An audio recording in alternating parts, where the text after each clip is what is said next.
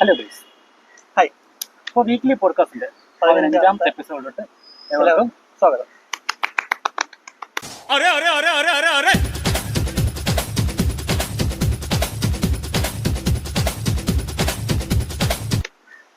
അപ്പോൾ കഴിഞ്ഞ ഒരാഴ്ച എടുക്കുമ്പോൾ കുറച്ചധികം കാര്യങ്ങൾ നടന്നിട്ടുണ്ട്. പറയുകയാണെങ്കിൽ തന്നെ ക്രിക്കറ്റിൽ ഒരുപാട് ഫണ്ണി ഇൻസിഡൻറ്റ്സ് നടന്നിട്ടുണ്ട്. Thanks to Vijay Shankar. നിങ്ങൾ അറിഞ്ഞിട്ടുണ്ടാവും, ലങ്കൻ പ്രീമിയർ ലീഗിൽ വിജയ് ശങ്കർ കളിക്കാൻ പോയിട്ടുണ്ടായിരുന്നു. വിജയ് ശങ്കർ കളിച്ചിട്ടുണ്ടായിരുന്നു. വളരെ മികച്ച രീതിയിൽ പൊക്കോണ്ടിരുന്ന കളി. ലാസ്റ്റ് ഓവർ 22 റൺസ് വേണമായിരുന്നു. അങ്ങനെ മധുശങ്ക ബോളിംഗ് ആയിരുന്നു. നോട്ട് ചെയ്യേണ്ട കാര്യം, മധുശങ്കയും നമ്മുടെ വിജയ് ശങ്കറും സബ്സ്റ്റിറ്റ്യൂട്ട് ഇമ്പാക്ട് പ്ലെയർ പോലെ ഇറങ്ങിയ കളിക്കാരാണ്. അങ്ങനെ വിജയ് ശങ്കറിന്റെ ടീം 21 റൺസിനാണ് തോറ്റിരിക്കുന്നത്. വളരെ മികച്ച പോരാട്ടം തന്നെയായിരുന്നു. അവസാനം കളിച്ച ലാസ്റ്റ് ഓവറിൽ 22 റൺസ് എടുക്കവേ ലാസ്റ്റ് ബോളിലെ വിക്കറ്റ് ആയത്. ബാക്കി 5 ബോൾ ഡോട്ടാക്കി ഓവറാക്കി. അങ്ങനെ കളി ഗംഭീരമായിട്ട് തോറ്റിരിക്കുക. അവിടെ നമുക്ക് തുടങ്ങാം. ഇപ്പോൾ കഴിഞ്ഞ 2 ദിവസമായിട്ട് ഇപ്പോൾ നടന്നുകൊണ്ടിരുന്ന ഏറ്റവും വലിയ പ്രശ്നമാണ് മറ്റേ ഹൺഡ്രഡ്സിൽ, വുമൺസ് ഹൺഡ്രഡ്സ് ലീഗിൽ കഴിഞ്ഞ ദിവസം ഒരു ഇൻസിഡൻറ്റ് ഉണ്ടായിരുന്നു. നമ്മുടെ ഇന്ത്യൻ നമുക്ക് വേണ്ടിയിട്ട് വേൾഡ് കപ്പ് ഒക്കെ ജയിക്കാൻ സഹായിച്ച ജിമ്മ റോഡ്രിഗസ്. അപ്പോൾ അവരെ കളി ഇന്ത്യൻ മാച്ച് കഴിഞ്ഞപ്പോൾ ഞാൻ കണ്ടില്ല. അപ്പോൾ അവരെ കളി കഴിഞ്ഞിട്ട് ജിമ്മ റോഡ്രിഗസ് പാകിസ്ഥാനിലെ ഫാത്തിമ സന പ്ലെയറിനെ സെക്കൻഡ് എടുത്ത് കെട്ടിപ്പിടിച്ചെന്ന് പറഞ്ഞിട്ട് അപ്പോൾ അതിന് ഭയങ്കര ഇഷ്യൂ ചെയ്യുന്നുണ്ടിരിക്കുകയാണ്. രാജ്യദ്രോഹിയാണ്, ഫൈറ്ററാണെന്ന് പറഞ്ഞാൽ ഒരുപാട് നടക്കുന്നുണ്ട്. എനിക്ക് എപ്പോഴും മനസ്സിലാകുന്ന പൊളിറ്റിക്സിൽ പങ്കെടുക്കാൻ പാടില്ല എന്നുള്ളതുണ്ട്. സെക്കൻഡ് എടുത്ത് എന്താ കുഴപ്പം? പ്ലെയർ പൊളിറ്റിക്സ് നോക്കിയില്ല അവരെ കളി സ്പോർട്സ്. എനിക്കും പറയുള്ളത് ഇന്ത്യ എങ്ങനെ ചെയ്യണം. സ്പോർട്സ് ടീം ആകുമ്പോൾ പൊളിറ്റിക്സ് പാടില്ല. അപ്പോൾ അതിനെതിരെ ഒരുപാട് വരുന്നുണ്ട്. പക്ഷെ എനിക്കതൊന്നും വേൾഡ് കപ്പ് നമ്മുടെ വേൾഡ് കപ്പിന് മുമ്പേ പ്രശ്നമുണ്ട്. മതത്തിന്റെ പേരിൽ കുറെ പ്രശ്നം ഉണ്ടായിരുന്നു. കുറെ അങ്ങനെ കുറെ അതൊക്കെ മാറേണ്ട സമയം അതിക്രമിച്ചു. കൊണ്ട് നോക്കാൻ പറഞ്ഞു. പിന്നെ അതുപോലെ തന്നെ വീണ്ടും നോക്കാൻ കോൺട്രവേഴ്സിയൽ കളി നോക്കുകയാണെങ്കിൽ തന്നെ പാകിസ്ഥാൻ വെസ്റ്റ് ഇൻഡീസ് അതിന്റെ ഒരു അടിപൊളി ടെസ്റ്റ് ഉണ്ടായിരുന്നു. 20 റണ്ണിന് എന്താണ് വെസ്റ്റ് ഇൻഡീസ് ജയിച്ചത്. പക്ഷെ 90 റൺസിനാണ് ജയിച്ചത്. പക്ഷെ കളി ഭയങ്കര കാരണം ആദ്യത്തെ കളി 350-60 സംതിങ് വെസ്റ്റ് ഇൻഡീസ് എടുത്തു. 282 പാകിസ്ഥാന്റെ സ്കോർ. അത് കഴിഞ്ഞിട്ട് സെക്കൻഡ് ഇന്നിങ്സിൽ ഭയങ്കര ബോളിംഗ് 180 കളി തീർത്തു. 240-250 തന്നെയാണ് അവർക്ക് തിരിച്ച് 220 കളി തീർത്തു. എന്നിട്ട് നമ്മുടെ എല്ലാവരുടെ ബാബറിക്ക മാസിക്കയാണ് top scorer. Second top scorer last Abbas ആണെന്ന് തോന്നുന്നു. 50 ഹാഫ് സെഞ്ചുറി അടിച്ചിട്ടാണ് പുള്ളിക്കാരൻ പോയത്. അല്ല, 53 പാർട്ണർഷിപ്പ് ആണല്ലോ. അതല്ലേ നമ്മുടെ മാസിക്ക മാസിക്ക അടിച്ചു 53 എടുത്ത്. ലാസ്റ്റത്തെ ബാക്കി സെക്കൻഡ് ടോപ്പ് സ്കോറാണ് അബ്ബാസ്. അതെ. അപ്പോൾ അങ്ങനെ പാകിസ്ഥാന്റെ കുറെ ഫണ്ണി ഇൻസിഡൻസ് അങ്ങനെ അവിടെ പാകിസ്ഥാൻ അത് ജയിച്ചിരുന്നെങ്കിൽ ചിലപ്പോൾ ഒരു പോയിന്റ് കയറി വേൾഡ് ടെസ്റ്റ് ചാമ്പ്യൻഷിപ്പ് WTC. ഇനി ഇന്ത്യക്ക് 2 ശ്രീലങ്ക, 3 5 ഓസ്ട്രേലിയ. അത് കഴിഞ്ഞിട്ടാണ് ന്യൂസിലൻഡ് 2 എണ്ണല്ലേ ഉള്ളൂ. 3 ടെസ്റ്റ് സീരീസ്. 2 ന്യൂസിലൻഡ് 3 അല്ലേ 2 അല്ലേ ഉള്ളൂ. സംശയമാണ്. 2 3 ഓക്കെ. ഇപ്പൊ ഇന്ത്യ അവിടെ പോയിട്ട് നമ്മൾ അങ്ങോട്ട് നടക്കൂല, അങ്ങോട്ട് വൈറ്റ് വാഷ് ചെയ്താൽ നമുക്ക് അടുത്തുള്ള 7 കളിയിൽ നിന്ന് 5 എണ്ണമൊക്കെ ജയിച്ചാൽ മതി. 1-1 ആണെങ്കിൽ 6 എണ്ണം ജയിക്കണം. മോസ്റ്റ് പ്രോബബിളി വൈറ്റ് വാഷ് ആകത്തുള്ളൂ. അതെ, നമ്മൾ നേരത്തെ പറഞ്ഞ ഡ്രോ കണ്ടീഷൻ വന്നാൽ നമ്മൾ തോക്കാൻ പാടില്ല. ഡ്രോ ആണോ 0-0 ആണെങ്കിൽ നമ്മൾ പറ്റൂ. എനിക്ക് തോന്നുന്നില്ല ഇന്ത്യ ജയിക്കുന്നുള്ളത്. കാരണം ഒരു ഇതെന്ന് പറഞ്ഞാൽ എത്രയോ വർഷത്തിന് ശേഷമാണ് ഇന്ത്യ അടുത്ത്. പിന്നെ വേറൊരു ഫൺ ഫാക്റ്റ് ഉണ്ട്, അത് GG നോട്ട് ചെയ്തു എന്നാണ് എൻ്റെ വിശ്വാസം. ഏകദേശം 20 വർഷത്തിനടുത്തായി ഓസ്ട്രേലിയ ഇന്ത്യയിൽ ജയിച്ചിട്ടാണ്. 2006 അപ്പൊ 20-23 വർഷത്തിനകത്ത് ആയിരിക്കണം. 2003-ലാണ് 2003 ഓസ്ട്രേലിയ വെച്ചായിരുന്നു. നമ്മളെ സ്റ്റീവ് വോഗൊക്കെ റിട്ടയർ. അല്ല, 2003 അല്ല, 2001-2. അപ്പൊ 3-4 ഇവിടെ ആയിരിക്കണം. അപ്പൊ അത് കഴിഞ്ഞിട്ട് ഓസ്ട്രേലിയ അധികം ജയിച്ചിട്ടില്ല. സീരീസ് ജയിച്ചിട്ടില്ല. ഇപ്പോൾ GG നോട്ട് ചെയ്തിട്ടുണ്ട്. അതിനുള്ള തയ്യാർ ഒരുക്കങ്ങളൊക്കെ റെഡിയാക്കിയിട്ടുണ്ടെന്നാണ് ഞാൻ അറിഞ്ഞത്. പിന്നെ നമ്മുടെ വേൾഡ് കപ്പിന്റെ വെന്യൂസ് വന്നിട്ടുണ്ട്. Namibia, Zimbabwe, south Africa. മൊത്തം എത്ര വെന്യൂ ഉണ്ട്? 10 വെന്യൂസ് വരുന്നുണ്ട്. നല്ലതാണ്. പിന്നെ ഈ വെന്യൂസിൽ വിരാട് കോഹ്ലി ഏകദേശം 25 മത്സരം കളിച്ചിട്ടുണ്ട്. അതിൽ 1378 റൺസും 79.80 ആവറേജ് കോഹ്ലി നിപ്പുണ്ട്. കോഹ്ലിയുടെ വേൾഡ് കപ്പ് ഇനി നമുക്കൊരു ഓൾമോസ്റ്റ് 8 ഓഡിയയും കൂടെ ഉള്ളൂ. അപ്പൊ 8 ഓഡിയയിൽ എന്താകുമെന്ന് അറിയില്ല. കാരണം ടീം സെലക്ഷൻ അത് ഭയങ്കര ഒരു ഇൻകൺസിസ്റ്റന്റ്. ഇപ്പൊ സഞ്ജുവിന്റെ ഇഷ്യൂ തന്നെ. സഞ്ജുവിന് ഇടയ്ക്ക് ഒരു ഇത് വന്നിരുന്നു ഒരു പത്രസമ്മേളനത്തിൽ. എന്തുകൊണ്ട് സഞ്ജുവിനെ പുറത്താക്കിയെന്ന് ചോദിച്ചപ്പോൾ പറഞ്ഞു നമ്മൾ എന്തോ കൺസിസ്റ്റന്റ് അല്ലാന്ന്. അപ്പൊ ചോദിച്ചു നമ്മുടെ അഭിഷേക് ശർമ്മ അപ്പൊ പറഞ്ഞു ഇല്ല, പുള്ളിക്കാരൻ യങ് ആണ്, കണ്ട സമയം കൊടുക്കുന്നു. അവർ 31 വയസ്സായ എങ്ങനെ ഇതാവും? സഞ്ജു ഒരു 7-8 വർഷം കൂടി കളിക്കാനോ ഉള്ളതല്ലോ. അതിപ്പോ ഇറങ്ങിപ്പോയി എന്ന് പറഞ്ഞു. അത് ഫേക്ക് ആണെന്നാണ് പറയുന്നത്. കാരണം ഇംഗ്ലണ്ടിലെ ഒന്നാമത്തെ ഓടി 20 എന്തോ കഴിഞ്ഞിട്ട് രണ്ടാമത്തെ 20 അവസാനമായിട്ട് പ്രസ് മീറ്റ് ഇരുന്നത്. പിന്നെ പ്രസ് മീറ്റ് ഇരുന്നിട്ടില്ല. പിന്നെ നമ്മൾ കഴിഞ്ഞ ഇതിൽ പറഞ്ഞിരുന്നു, കഴിഞ്ഞ വീക്കിലി പോഡ്കാസ്റ്റിൽ പറഞ്ഞിരുന്നു, നമ്മുടെ ഓഗസ്റ്റില് റിവ്യൂ മീറ്റിംഗ് വരുന്നുണ്ട്. അപ്പോൾ നമ്മുടെ അസിസ്റ്റന്റ് കോച്ച് പുള്ളിക്കാരന് മതിയാക്കിയെന്ന് പറഞ്ഞ് ഇറങ്ങിപ്പോയിട്ടുണ്ട്. പുള്ളിക്കാരന് റെസ്റ്റ് വേണം. അത് കഴിഞ്ഞ് വീണ്ടും കൊൽക്കത്തയിലോട്ട് റീജോയിൻ ചെയ്യുന്നു. പിന്നെ നമ്മുടെ ഫീൽഡിംഗ് കോച്ച് ടി ദിലീപ് പുള്ളിക്കാരന് ഇറങ്ങിപ്പോയി. അതിലെ പുള്ളിക്കാരൻ്റെ കഴിഞ്ഞെന്ന് തോന്നുന്നു. അതായത് പണ്ട് ഇതേപോലെ Rohit Sharma fielding assistant coach നല്ലതെന്ന് പറഞ്ഞു. അസിസ്റ്റന്റ് കോച്ച് ഫീൽഡിംഗ് കോച്ചിന് നല്ലതെന്ന് പറയുമ്പോൾ അപ്പൊ ശരി അവരാരും പറഞ്ഞു. നമ്മള് ദിലീപിനെ ഒരിക്കൽ പറഞ്ഞു വിട്ടതാ. ഗൗതം ഗംഭീർ ആദ്യം വന്നപ്പോ പിന്നെ വീണ്ടും തിരിച്ചു വിളിച്ച് വീണ്ടും വന്നു. അങ്ങനെ ഉണ്ട്. എനിക്ക് തോന്നുന്നത് ഇപ്പോഴത്തെ ഡ്രസ്സിംഗ് റൂം മൊത്തം പ്രശ്നമാണെന്ന് തോന്നുന്നു. കാരണം 23 വേൾഡ് കപ്പ് ഇന്ത്യയെ പോലത്തെ ഒരു ഫീൽഡിംഗ് ഭയങ്കര ഗംഭീര ഫീൽഡിംഗ്. അതിന് ശേഷം ഇപ്പൊ തന്നെ അന്ന് എത്ര ക്യാച്ച് ഡ്രോപ്പ് ചെയ്യുന്നോ അത്രയും ക്യാച്ച് ഇപ്പൊ പിടിക്കുന്നുള്ളൂ. വളരെ തിരിഞ്ഞിട്ടുണ്ട്. പിന്നെ പ്ലെയേഴ്സ്, പിന്നെ പറയാനുള്ളത് വേറൊരു കാര്യം, സുനിൽ ഗവാസ്കർ എല്ലാവരും പറഞ്ഞ ഒരു കാര്യമാണ്. ഇപ്പൊ IPL കഴിഞ്ഞ ഉടനെ അവർക്ക് ഇന്ത്യൻ ടീമിലോട്ട് ഇത് കിട്ടുകയാണ്. അപ്പോൾ ഈ ഡൊമസ്റ്റിക് കളിക്കുന്നവർക്ക് അവസരം ഭയങ്കര കുറവുണ്ട്. ഇപ്പോ നമ്മുടെ വൈഭവ് സൂര്യവംശി തന്നെ ഇപ്പൊ ഇവർക്ക് കുറച്ച് എക്സ്പോഷർ കിട്ടണം. കളിച്ച് എക്സ്പീരിയൻസ് കിട്ടി ആ എക്സ്പോഷറിൽ വരാണെങ്കിൽ കുറച്ച് നേരം വേറെ സ്ട്രഗിൾ ആണെങ്കിലും എത്ര പ്രഷറിലാണെങ്കിൽ തരണം ചെയ്യാനുള്ളത്. ഇപ്പൊ സച്ചിനാണെങ്കിലും എല്ലാവരും ഡൊമസ്റ്റിക്കിന്റെ ആബ്സെൻസ്. പക്ഷെ അത് കഴിഞ്ഞിട്ട് ആ ടീം വെച്ചാണ് ടെസ്റ്റ് കളിക്കുന്നത്. IPL പെർഫോമൻസ് നോക്കി ടെസ്റ്റ് ടീമിൽ എടുക്കും. എനിക്ക് പറയാനുള്ളത് IPL എടുക്കുകയാണെങ്കിൽ IPL നിന്ന് ഒരു ടയർ സിസ്റ്റം പോലെ വരണം. IPL 2020 മാത്രം കളിച്ചിട്ട് അവരിഞ്ഞ് അടുത്തത് അതിൽ കഴിവ് തെളിയിച്ച് വൺഡേയിലോട്ട് പോകണം, അതിൽ കഴിവ് തെളിയിച്ച് ടെസ്റ്റിലോട്ട് പോകണം. അങ്ങനെ പോകണം. അല്ലാതെ വന്ന ഉടനെ നേരെ ടെസ്റ്റിൽ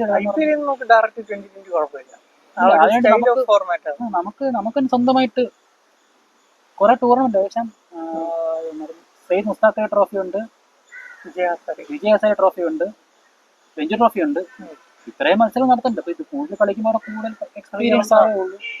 അപ്പൊ അങ്ങനത്തെ ഒരു സംഭവമാണ്. കാരണം കൊണ്ടുവന്നാലേ ഇന്ത്യക്ക് ഒരു സ്ക്വാഡ് ഉണ്ടാവുന്നല്ലേ. ഇന്ത്യക്ക് കളിക്കുന്ന സ്ക്വാഡ് ഉണ്ട്, എക്സ്പീരിയൻസ് ആയ കളിക്കുന്നില്ല എന്നുള്ളത് വലിയൊരു പ്രശ്നമാണ്.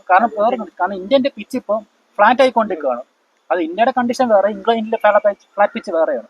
കാരണം നമ്മുടെ രണ്ട് ടെമ്പറേച്ചറും ക്ലൈമറ്റ് ഒക്കെ വ്യത്യാസമുണ്ട്. അപ്പോൾ ഇന്ത്യയിൽ കളിക്കും IPL എല്ലാം നല്ല ഫ്ലാറ്റിലോട്ട് മാറിക്കൊണ്ടിരിക്കുകയാണ്. എന്നിട്ട് ഇന്ത്യ വിചാരിക്കുന്നത് ലോകത്ത് എല്ലാവർക്കും ഇന്ത്യക്ക് വേണ്ടി പിച്ച് മാറ്റുന്നത്. അത് നടക്കുന്ന കാര്യമില്ല. എല്ലാവരും അവരുടെ ടീമിന് വേണ്ടി 100 അടിക്കണ പോലെ അല്ല അവിടെ 150-200 അടിക്കുന്ന ഭയങ്കര വ്യത്യാസമാണ്. പിന്നെ സ്പിന്നറിനെ കളിക്കാൻ അറിയാത്തൊരു രാജ്യം ഇന്ത്യ മാറിക്കൊണ്ടിരിക്കുകയാണ്. ഏറ്റവും ക്വാളിറ്റി സ്പിന്നറിനെ അല്ലെങ്കിൽ ഏറ്റവും കൂടുതൽ സ്പിൻ പിച്ച് ഉണ്ടായിരുന്ന ഒരു കൺട്രി എന്നാണ് സ്ട്രഗിൾ ചെയ്യാൻ തുടങ്ങുന്നത്. ഭയങ്കര ഇതായി. പിന്നെ അതുപോലെ തന്നെ ഇപ്പൊ നമ്മൾ പറയാം, ഇപ്പൊ കഴിഞ്ഞ ഇംഗ്ലണ്ട് സിംബാബ്വെ സീരീസിൽ നമ്മുടെ യാഷ് താക്കൂർ 1-2 കളി കളിച്ചിട്ടുള്ളൂ. അശോക് ശർമ്മ വളരെ കുറച്ച് കളി കളിച്ചിട്ടുള്ളൂ.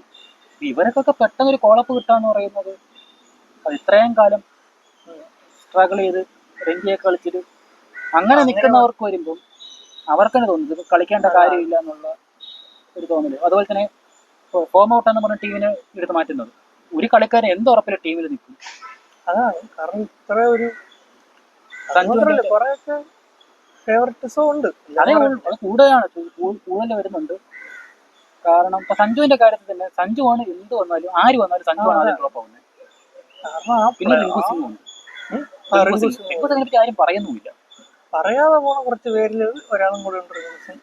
പക്ഷെ സഞ്ജു കുറെ കൺസിസ്റ്റന്റ് ആയിട്ട് ടീമിൽ കളിക്കുന്നത് പെർഫോമൻസ് അല്ലേ, കൺസിസ്റ്റന്റ് ആയിട്ട് കഴിഞ്ഞ ഒരു 6-7 വർഷത്തെ ടീമിൽ നിന്ന് മാറ്റുന്നത് അത് ഭയങ്കര കൺസിസ്റ്റന്റ് ആണ്. കളിക്കുമ്പോ ഇപ്പൊ 2 കളി കളിച്ചാൽ അടുത്ത കളി കളിച്ച അങ്ങനെ ഒരു ഇത് കളിക്കുന്നുണ്ട്. T20 വേൾഡ് കപ്പ് തന്നെയാണെങ്കിൽ ഏറ്റവും ബെസ്റ്റ്. ഇപ്പോഴും പറയുന്നത് ഇപ്പോഴത്തെ പറയാം. കാരണം സഞ്ജു എന്ന് പറഞ്ഞത് ഇപ്പൊ എനിക്ക് വേണ്ടിയിട്ടല്ല, എനിക്ക് ടീമിന് വേണ്ടി കളി. ഇപ്പൊ അത് മാറി. ഇപ്പൊ എനിക്ക് വേണ്ടി കളി. ഇപ്പൊ ഇന്ത്യ ഇപ്പൊ തോറ്റായാലും സെഞ്ചുറി അടിച്ചാലും അതൊക്കെ വരികയുള്ളൂ. അതാണ്. അപ്പൊ അല്ലാതെ പിടിച്ചിരിക്കാതിലോട്ട് മാറി. സെഞ്ചുറി ഉണ്ടെങ്കിൽ ടീമിലുണ്ട്, ഇല്ലെങ്കിൽ ടീമില്ലെന്നൊരു അവസ്ഥയിലാണ്. ടീമിന്റെ ഒരു പ്രഷർ അല്ല. ഇനി അത് കളിക്കുമ്പോഴേ അപ്പൊ സഞ്ജു പറയും സഞ്ജു അങ്ങനെയാണ് കളിക്കണം എന്ന് പറഞ്ഞ് മാറ്റി. ഇവർക്ക് എങ്ങനെ മാറ്റാന്നുള്ളത് സഞ്ജുവിനെ മാറ്റാൻ ഭയങ്കര എളുപ്പമെന്ന് തോന്നുന്നു. എനിക്ക് ഇപ്പോഴും മനസ്സിലാത്ത കാര്യം, ഇത്രയും ലെഫ്റ്റ് ഹാൻഡേഴ്സ് ഉള്ള ടീമിൽ ലെഫ്റ്റ് ഹാൻഡറിനെ മാറ്റി. അതുപോലെ തന്നെ തിലക് വർമ്മ എല്ലാവരും കുറ്റം പറയുന്നുണ്ട്, തിലക് വർമ്മ കളിക്കുന്നില്ല അങ്ങനെയാണ്. തിലക് വർമ്മയുടെ കളിച്ചിരുന്ന റോള് 3 or 4 ആ സംഭവത്തിലായിരുന്നു. എപ്പോ ഫിനിഷറിലോട്ട് മാറി അതോടെ പുള്ളിക്കാരൻ മാറി. എല്ലാവർക്കും അവരുടെ ഒരു പൊസിഷൻ ഉണ്ട്, ആ പൊസിഷനിൽ കളിക്കട്ടെ, അതൊക്കെ ചെയ്യാൻ പറ്റുള്ളൂ. കളിച്ച് ടീം വരുമെന്ന് അറിഞ്ഞൂടാ. ഇപ്പൊ ഇത്രയും വാഷ് ഔട്ട് ആയ സ്ഥിതിക്ക് അടുത്ത ടീമിലും ഇതുപോലെ തന്നെ വരും. മിക്കവാറും അടുത്ത T20 വേൾഡ് കപ്പിൽ ഈ സ്ക്വാഡ് തന്നെ ആയിരിക്കും. ജസ്പ്രീത് ബുംറ ടീമിൽ തിരിച്ചു വരുമ്പോൾ എനിക്ക് അറിഞ്ഞില്ല എങ്ങനെയാവും എന്നുള്ളത്. ഇതിൽ ആരെ മാറ്റാൻ എനിക്കൊരു പിടുത്തം കിട്ടുന്നില്ല. സഞ്ജു ഉണ്ടെങ്കിൽ സഞ്ജുവിനെ മാറ്റി ബുംറ ഇറക്കിയേനെ. അതൊക്കെ പോട്ടെ. അപ്പൊ ഇനി അടുത്ത എന്താ പറയാ, ഇനി അടുത്ത കഴിഞ്ഞ ആഴ്ച നിങ്ങൾക്ക് അജിൻക്യ രഹാനെ എന്നൊരു പ്ലെയറിനെ കുറിച്ച് നോക്കുമ്പോൾ ആദ്യം വരുന്നത് 2020 BGT ഫസ്റ്റ് കളിയിൽ ഇന്ത്യ 36 റൺസിനെ ഓൾ ഔട്ടായി. ആ ഒരു സീരീസ് ഫസ്റ്റ് മാച്ചിലെ കോഹ്ലിക്ക് അപ്പോഴും കോഹ്ലിക്ക് എന്തൊരു നാട്ടിൽ പോയി, എന്തൊരു അത്യാവശ്യം നാട്ടിൽ പോയി. അപ്പൊ നമ്മുടെ ക്യാപ്റ്റനായിട്ട് രഹാനെയായിരുന്നു. അടുത്ത കളി ടെസ്റ്റ് ഒരു ഡ്രോയും 2 വിജയം വിത്ത് ഗാബ. അതൊരു ഗാബയിൽ ജയിച്ച് സിഡ്നിയിൽ ഡ്രോ, അറ്റ്ലറ്റിലാണ് തോറ്റ പെർത്തില് രണ്ടാമത്തെ ടെസ്റ്റ്. അങ്ങനെ ഒരു ടീമിന് വെക്കും. പിന്നെ ബാറ്റിംഗ് നോക്കുകയാണെങ്കിൽ പുള്ളിക്കാരൻ ഭയങ്കര കൺസിസ്റ്റന്റ് ബാറ്റിംഗാണ്. ഇപ്പൊ ഓപ്പണിംഗ് ആണെങ്കിലും മിഡ് ഓർഡറിലാണെങ്കിലും ഭയങ്കരമായിട്ട് കൺസിസ്റ്റന്റ് ആയിരുന്ന ആൾക്കാർ. ഇപ്പൊ ടെസ്റ്റിൽ ഇപ്പം അങ്ങനെ കൺസിസ്റ്റന്റ് കളിച്ചോണ്ടിരുന്ന 4 പേര്, 5 പേര് ജഡേജ വിരമിച്ചിട്ടില്ല. 5 പേരാണ് കഴിഞ്ഞ ഒരു വർഷത്തിൽ കഴിഞ്ഞ BGT നോക്കുകയാണെങ്കിൽ ഒറ്റയടിക്കുന്നത്. ആരൊക്കെ? നമ്മുടെ രോഹിത് ശർമ്മ, വിരാട് കോഹ്ലി, അശ്വിൻ, രോഹിത്, കോഹ്ലി, പുജാര. ഇപ്പൊ പുജാര ആർന്നല്ല, പുജാര വിരമിച്ചിട്ട് നമ്മൾ കളി കാണാൻ പോയി. നമ്മുടെ മറ്റേ നീ ഇല്ലായിരുന്നു. വീഡിയോ കോൾ ഉണ്ടായിരുന്നു. നിങ്ങൾ മറ്റേ പോസ്റ്റർ വരച്ച് ഞാൻ പോസ്റ്റർ അടിച്ചിട്ടുണ്ട്. പുജാര വിരമിച്ചിട്ട് അടുത്ത നമുക്ക് രഹാനിൽ നടക്കാം. കാരണം രഹാൻ 2022 എന്തോന്ന് അവസാനമായിട്ട് കളിച്ചെന്ന് തോന്നുന്നു. 2023 ഫൈനലാണെന്ന് തോന്നുന്നു അവസാനം. അതിനുശേഷം പിന്നെ കളിച്ചിട്ടില്ല. പിന്നെ രഹാനെ പറഞ്ഞിട്ടുണ്ടായിരുന്നു. അല്ല, അതിനുശേഷമാണ് ഇന്ത്യൻ സ്ക്വാഡിലോട്ട് നമ്മളെ ജയ്സ്വാളൊക്കെ വരാൻ തുടങ്ങി. ജയ്സ്വാളിന്റെ കാര്യം കഷ്ടത്തില്ല. ജയ്സ്വാള ഉള്ളതിൽ ഏറ്റവും യങ് ജയ്സ്വാളാണ്. അത് ശരിയാണ്. ജയ്സ്വാൾ കളിക്കുന്നുണ്ട്. ചോദ്യം അതെ.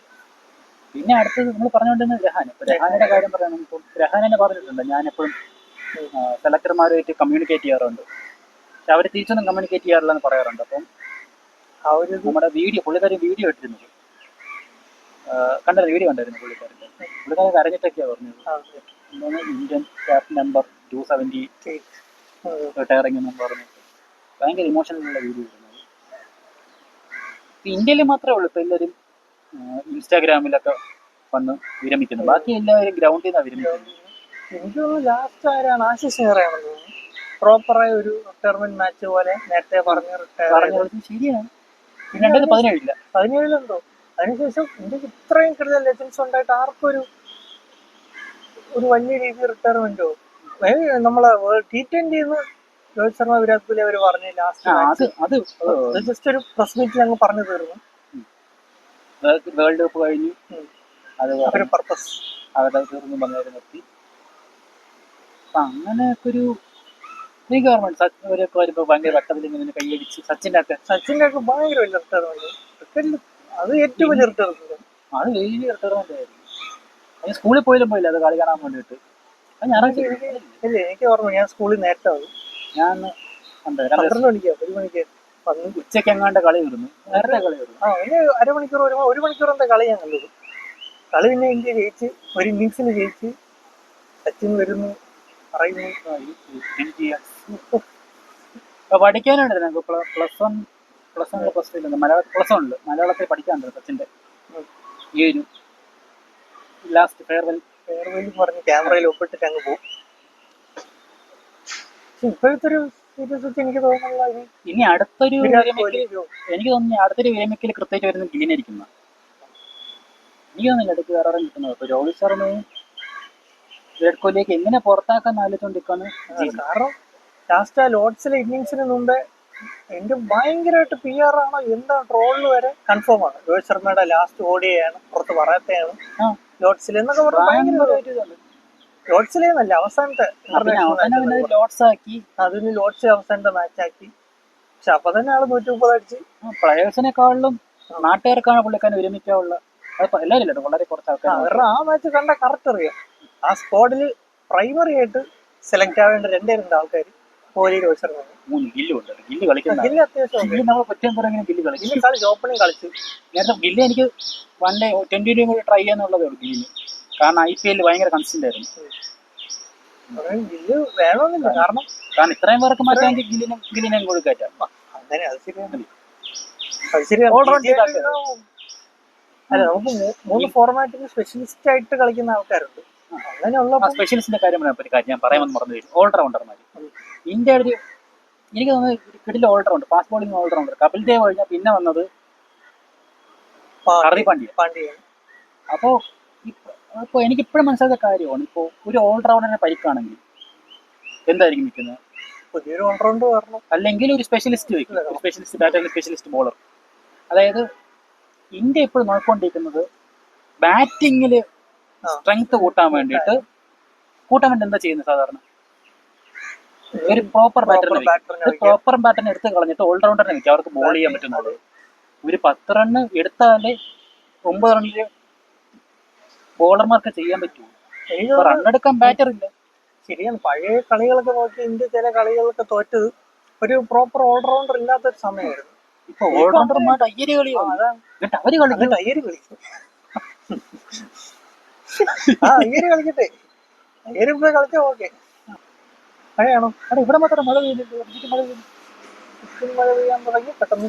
അപ്പൊ ഇത്രയൊക്കെ ഉള്ളു നമ്മുടെ ഇന്നത്തെ വീഡിയോ തോന്നുന്നു. അപ്പോ അതിനുശേഷം വേറൊരു കാര്യം കൂടി പറയാൻ പറ്റുന്നുപോയി. ഇപ്പൊ പലയിടത്തും കേരളത്തിൽ പലയിടത്തും മഴയുണ്ട്. പത്തനംതിട്ടയിലൊക്കെ കുറെ വെള്ളം, പത്തനംതിട്ട മാത്രമല്ല റാന്നിയിലൊക്കെ ഭയങ്കര വെള്ളം കയറി ഉണ്ടായിരുന്നു കേട്ടു. കാരണം പത്തനംതിട്ട 2 ഫ്രണ്ട്സ് ഉണ്ട്, അവർക്ക് കൊണ്ടൊക്കെ വരാ പറഞ്ഞത് ഇങ്ങനെ സംഭവം ഉണ്ടെന്ന്. ഇന്നും കുഴപ്പമില്ലെന്നാ പറഞ്ഞത്. ഇന്ന് മീൻസ് ഞായറാഴ്ച. ഒരു കാര്യം പറഞ്ഞു, ഹാപ്പി ഫ്രണ്ട്ഷിപ്പ്. നമ്മൾ നേരത്തെ വിഷയമെങ്കിൽ കോപ്പിറൈറ്റ് അടിക്കും. അങ്ങനെ പറഞ്ഞുകൊണ്ട് അപ്പോൾ എല്ലാവർക്കും ഹാപ്പി ഫ്രണ്ട്ഷിപ്പ്. അതുപോലെ ചെറിയൊരു കാര്യം പറയുന്നുണ്ട്, IPL ഭയങ്കര സംഭവം നടക്കുന്നുണ്ട്. അടുത്ത ഇനി അങ്ങോട്ട് ഇംഗ്ലണ്ടിന്റെ ടെസ്റ്റ് അങ്ങ് തലവരെ മാറുകയാണ്. കാരണം T20 ടെസ്റ്റ് കളിച്ച് പഠിപ്പിച്ച സ്റ്റീഫൻ ഫ്ലെമിംഗ്, നമ്മുടെ സ്വന്തം ചെന്നൈ സൂപ്പർ കിങ്സിന്റെ സ്വന്തം സ്റ്റീഫൻ ഫ്ലെമിംഗ് അവിടെ പുതിയ കോച്ചായിട്ട് വന്നിട്ടുണ്ട്. ഇപ്പോൾ ചെന്നൈ കോച്ചില്ല, കുറെ പേര് പറയുന്നു രണ്ടാം മക്കളും വരുമെന്ന്, കുറെ പേര് പറയുന്നു ആൽബി മോർക്ക് വരുമെന്ന്. കാരണം JSKയിൽ അവിടെ ജോഹന്നസ്ബർഗ് സൂപ്പർ കിങ്സിൽ ആൽബി മോർക്കാണ് കോച്ചായിട്ട് വന്നിട്ടുള്ളത്. അതുപോലെ ട്രേഡ് നോക്കുകയാണെങ്കിൽ തന്നെ ഹർദിക് പാണ്ഡ്യ ചെന്നൈയിൽ വരുന്നൊരു അഭ്യൂഹം ഉണ്ട്. ധോണി നേരിട്ട് കണ്ട് കൺവിൻസ് ചെയ്തു എന്നാണ് പറഞ്ഞത്. അറിഞ്ഞൂടെ നമുക്ക് ഇന്ത്യൻ മുംബൈയിലോട്ട് പോകുന്ന ശിവൻ ദൂബെ, ഖലീൽ അഹമ്മദ് ഒക്കെ പോകുന്നൊക്കെയാണ് കേൾക്കുന്നത്. റൂമറായിട്ട് നിൽക്കാൻ മിക്കവാറും അടുത്ത ആഴ്ച ചിലപ്പോൾ ഒരു ഒഫീഷ്യൽ വരും. കാരണം കോച്ച് വന്നിട്ടായിരിക്കും ഇതൊരു ഒഫീഷ്യൽ. പിന്നെ അതുപോലെ ഈ ഓഗസ്റ്റിൽ തന്നെ ഒരു fitness camp Chennai super Kings arrange ചെയ്തിട്ടുണ്ട്. ആരെയൊക്കെ കളി റീറ്റേക്ക് ചെയ്യണം, ആരെയൊക്കെ എടുത്ത് കളയണം എന്നുള്ളത്. എനിക്ക് തോന്നുന്നു മിക്കവാറും ബോളർമാരെ മാറ്റിയിട്ട് പുതിയ ബോളേഴ്സിനായിരിക്കും ട്രൈ ചെയ്യുന്നത്. കാരണം ബാറ്റിംഗ് ഓർഡർ സെറ്റാണ്. പിന്നെ വേണമെങ്കിൽ 1-2 പേര് മാറ്റിയിട്ട് പുതിയ ആൾക്കാരെ മേടിക്കാം. ചിലപ്പോൾ ഒരു നൂർ അഹമ്മദിന് പോകാൻ സാധ്യത ഞാൻ കാണുന്നുണ്ട്. അല്ലെങ്കിൽ കാരണം 2 സ്പിന്നർമാരുടെ ആവശ്യമുണ്ട് ഫോറിനേഴ്സ്. എന്തായാലും ഇതൊക്കെയാണ്. വേറെ ഏതൊക്കെ ട്രേഡ് നടന്നു? അശുതോഷ് ശർമ്മ ഡൽഹിയിൽ നിന്ന് പോകുന്നു. പന്ത് ഓൾറെഡി ഡൽഹിയിലോട്ട് പോയി. അവിടെ നിന്ന് ആരും ഇങ്ങോട്ട് വന്നില്ല. കുൽദീപ് യാദവ് തിരിച്ചു വന്നു എന്ന് തോന്നുന്നു LSC-ലോട്ട്. അങ്ങനെ അത് കുറച്ചങ്ങനെ നടക്കുന്നുണ്ട്. അപ്പൊ ബാക്കി അപ്ഡേറ്റ്സ് നമുക്ക് വഴി അറിയിക്കുന്നതായിരിക്കും. ഒരു കാര്യം കൂടെ, നിങ്ങൾ കുറെ ഫാൻസ് നിങ്ങൾ എവിടെ നിന്നാണ് ഇത്ര കിട്ടുന്ന വീഡിയോ എടുക്കുന്നത്? അത് പറഞ്ഞു കൊടുക്കണ്ട. ഓക്കെ. അപ്പൊ ഇത്രയേ ഉള്ളൂ വീഡിയോ. ഇപ്പൊ മഴയാണ്, ഇവിടെയും മഴയാണ്. ഇവിടെ പെയ്തുകൊണ്ട് ചാരിക്കൊണ്ടിരിക്കുകയാണ്. നമ്മൾ മരത്തിന്റെ അടിയിലായിട്ട് മരത്തിന്റെ താഴെ ആയതുകൊണ്ട് പെട്ടെന്ന് ഇത് വരുന്നില്ല. പിന്നെ നമുക്ക് ഇതിനു മുമ്പ് നിങ്ങളത് മുമ്പ് കാണുന്നവരാണ് കാണാം ഇതേപോലത്തെ സ്ഥലം. പണ്ട് ചാനൽ ഫോളോ ചെയ്യുകയാണെങ്കിൽ പഴയ നമ്മളെ പോഡ്കാസ്റ്റ് കാണാൻ അറിയാം. ഇവിടെ ഒരു പോഡ്കാസ്റ്റ് അല്ലായിരുന്നു അത്, പഴയ നമ്മുടെ BGT വീഡിയോ, നമ്മുടെ ഫസ്റ്റ് സീരീസ്. നമ്മൾ ഇവിടെ വന്നിട്ടില്ല അധികം. കാരണം നമ്മൾ ഒന്നല്ലെങ്കിൽ അവിടെ നമ്മൾ ബാക്കി വീഡിയോയിലൊക്കെ ഇവിടെ അല്ലെങ്കിൽ അപ്പുറം ലൊക്കേഷൻ കാണിച്ചിരുന്ന ഒരു മരം ഉണ്ടായിരുന്നു, ഒരു മരത്തടി ഉണ്ടായിരുന്നു. അതുകൊണ്ട് നമ്മൾ ഇതിനെ പുറത്തെന്നാ പറഞ്ഞത്. നമ്മൾ പല മരത്തിന്റെ പുറത്തിരുന്നാണ് വീഡിയോ എടുക്കാറ്. അപ്പൊ നമ്മൾ ഇതിനെ പുറത്തെന്നാണ് അങ്ങനെ മാറ്റി.